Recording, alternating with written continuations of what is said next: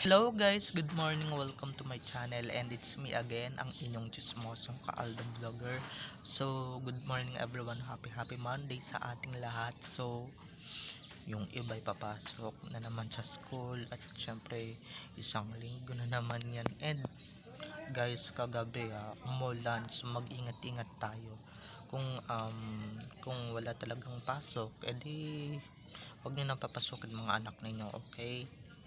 Pero kailangan talaga magsipag So good morning everyone. So wag kalimutan na magdasal and syempre magpasalamat sa mga blessings. Yung mga hindi marunong magdasal dyan, hindi sila makakatanggap ng blessings. So eto na, dumako na tayo sa ating main topic for today's video. Sige, tape ink. Sige, ilantad ninyo kung ano talaga ang tunay na relasyon ng Aldab. Booking ninyo at kalabanin ninyo yung tatlong hukom na matatanda, 'di ba, dito sa mundo ng industriya ng showbiz, dahil sila lang naman ang number 1 na nagwasak ng Aldab and syempre ng Aldab Nation. So eto na guys, watch this. Mamaya ipapaliwanag ko sa inyo ng buong buo. So eto na guys, watch this. At kung nakita nyo na ngayong recap, so once again, si TTO sa mga admins. So thank you so much for the love and support and syempre sa mga updates na magaganda.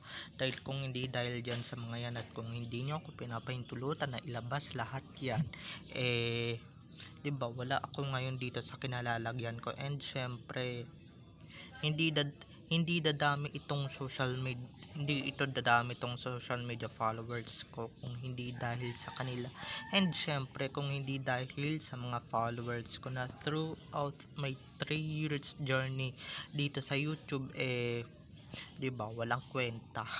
So hindi tayo tutulad sa iba dyan na patapon. Okay, so eto na, dumako na tayo sa ating main topic for today's video. Like what I said earlier, no, natututo ng lumaban ang Tape Incorporation sa tatlong matatanda na TVJ. Actually guys, may ibobunyag nga yang sila Mr. Hanusos tungkol sa relasyon ng Aldab, 'di ba? Tungkol sa kung ano yung tunay na estado na nakikita nila between Alden and Maine, na hindi nakikita ng tatlong itlog, or nakikita man, syempre alam nyo naman, bulag-bulaga na sila, hindi ba? So go for the gold team Tape, 'di ba? At bali-balita ko malapit na silang bumalik sa television. Di ko alam kung variety show or teleserye mga gagawin nila, like DJ7, 'di ba? Well, hindi naman pwedeng variety show dahil nga may showtime, 'di ba? So eto na kalabanin ninyo yung tatlong bugok na matatanda na akala mo kung sinong napakalalaking artista na nag-walk out during May 30, 2022 or 2023, ewan ko ba, na nag-walk out, 'di ba? Nag-attitude problem sa inyo, 'di ba? Etong tape na to, noon pa man gustong gusto na nilang ibalik ang Aldab, 'di ba? Kaso tong mga hinayupak na matatandang to, yung mga napaka-demons na matatandang to, hindi pumayag, 'di ba, na ibalik at buhayin yung Aldab, 'di ba? Hanggang sa nagkandalayas-layas na sila sa APT Studios. Tandang-tanda ko yun kasi nga yun lang naman ang rason, at alam ko yun kahit na hindi natin nakikita sa TV. Alam ko yung nangyayari at nagaganap diyan sa APT or sa APT Studio na dating kinatitirikan ng Taiso or ng Itbulagasyon, na ngayon tumitirik na yung mata dahil nga mababa na yung ratings at mababa na ngayong mga advertisements na pumapasok, 'di ba? Yung isang naligwak, yung isang palabas na padjak padjak na mukhang bondat, ganun ganun ba yung title nun, hindi ko lang sure parang um, padjak princess di naman mukhang prinsesa bida dyan, mukhang dama, kaya nag-flop diba. Wag yung magpaka-feeling at wag kayong magpaka-laking ulo, diba.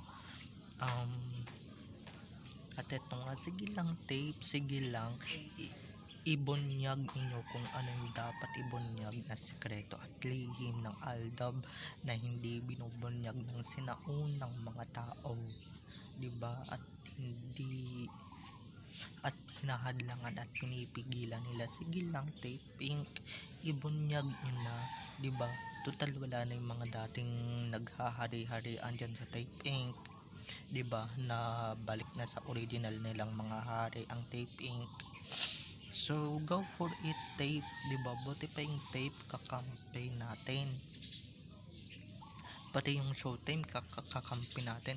Etong mga to imbis na kampihan nila tayo, diba, sila pa yung number 1 na kumakalaban sa atin, sila pa ang number 1 na nanghuhudas, nagwawalang ya sa atin, or sinasaksak tayo pa ilalim or patalikod, diba. So sad to say lang naman mga ka-ADN, sad but truth, okay, the truth will remains and reveal soon.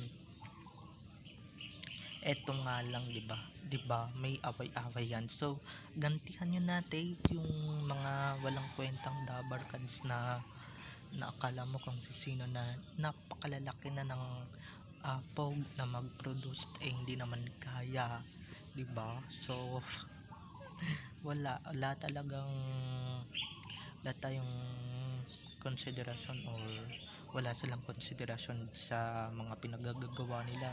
So ngayon Mr. Halusos, pagtapat mo na, diba, I'm sure maraming matutuwa dito na ADN, and syempre yung iba dito maraming mabibwisit, maraming mapipikon, diba, maraming mga maiinis dito sa ikakwento natin na ito, or sa nalaman nila ngayon dito sa social media, kuno marami na naman uusok ang mga puwitan, and syempre mga singit magpuputo ka na naman yan sa galit or sa imutok nila, diba, dahil ayaw nilang makarinig ng Aldab or latest news sa Aldab Nation, hindi ba. So ako nagsasabi lang naman ako ng totoo, kung hindi ninyo tanggap, wow, diba, wala na kayong pakialam doon, at wala na kayong dapat alalahanin pa doon, diba. Kabahan na lang kayo dahil ngayon katotohanan ang hinahanap ninyo malapit ng ibunyag at malapit ng ilabas. Actually guys, noon pa natin to nilalabas itong mga katotohanan na to, hindi lang talaga matanggap ng mga tanga, mga bobo dito sa social media kung ano talaga ang tunay na relasyon ng Aldab, diba. Yung iba tatanga-tanga, yung iba walang isip, walang mga ganito ganyan na pag-iisip, diba. Wala silang mga ganong instances na di sila marunong mag-isip kung ano yung nakikita nila sa social media tungkol kay Aso at kay Sakang, diba, between Alden and Ming. Yun lang ang nakikita nila, pati nga si SL, diba, yun nga din yung nakikita nila.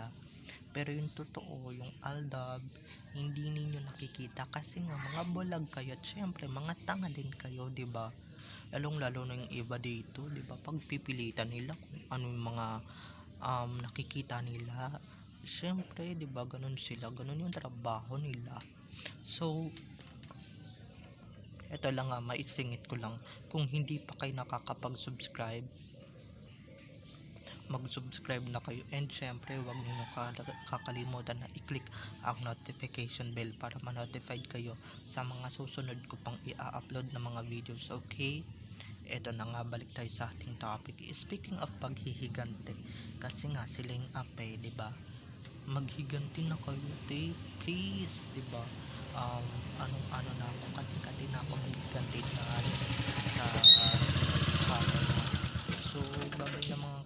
kairi, and I love you all. Have a nice day. Keep safe and God bless. Bye bye.